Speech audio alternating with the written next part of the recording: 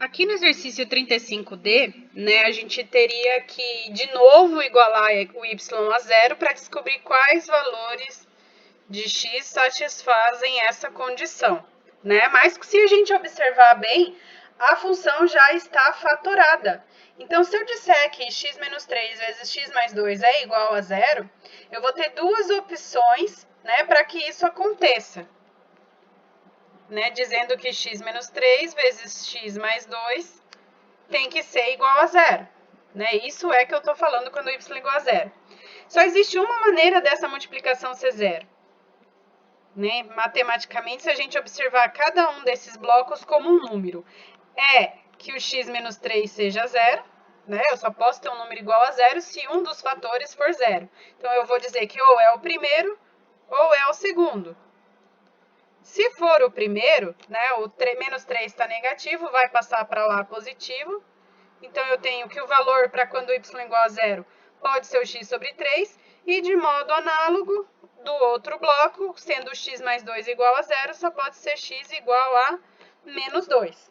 Transformando esses valores em pontos no meu plano cartesiano, que não está muito perpendicular, né? Mas pode melhorar. Também não está bonito, mas é o que temos para hoje. A gente pode observar que a gente vai ter valores de x igual a menos 2 e de y igual a... de x igual a menos 2 e x igual a 3. Vai ser os dois pontos em que a minha parábola intercepta o eixo x, né? Agora, o que eu precisaria fazer?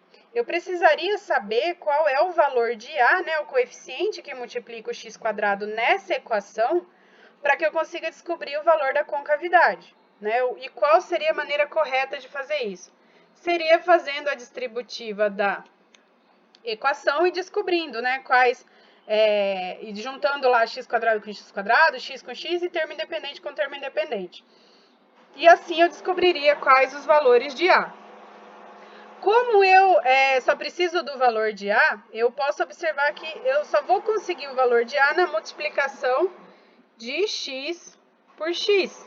Porque nos demais casos, ou eu tenho valor independente, ou tenho variáveis dependentes de x.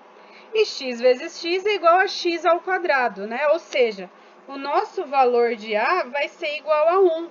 Se é igual a 1, então isso implica que ele é também maior do que zero.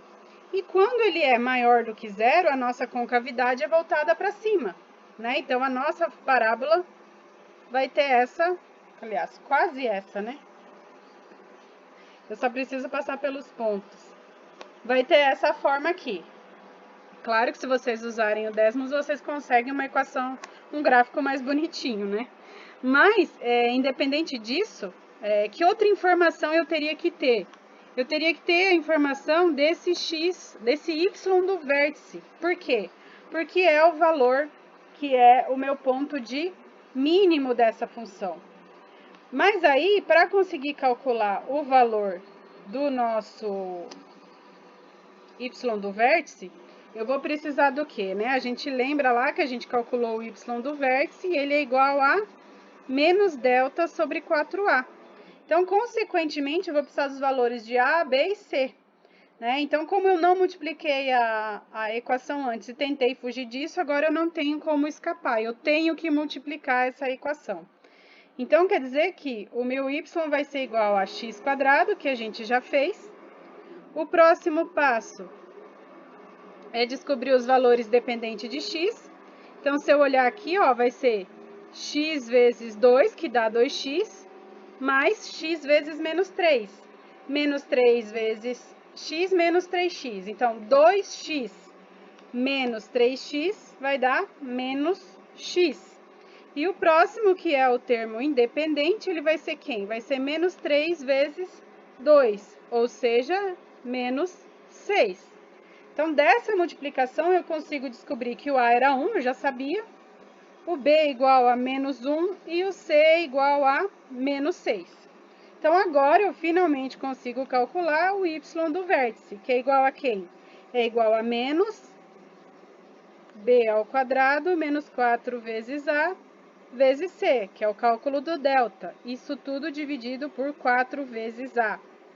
Então, substituindo, tem o menos da fórmula.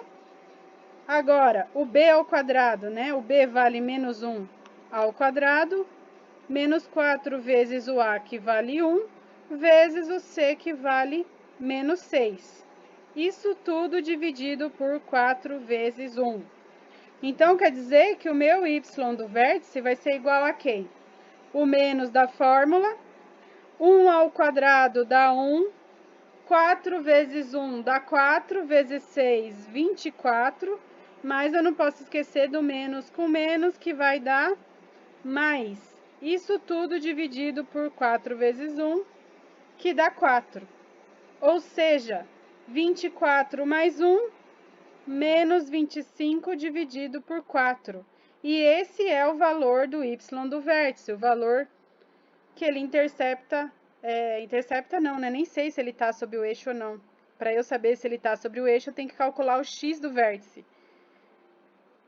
E o x do vértice vai ser diferente de zero, porque ele é igual a menos b sobre 2a. Vixe, já falhou aqui. Deixa eu colar do livro para eu não falar besteira. Então, o valor do... Exatamente. O valor do x do vértice é menos b sobre 2a. O b é menos 1, então vai ficar menos 2 sobre 1. Eu tenho também o valor do x do vértice. Então, eu acho que o vértice da função está um pouquinho para cá, né? Ou para lá, já que ele vai dar... Vamos lá, vamos calcular o x do vértice. É menos b sobre 2a.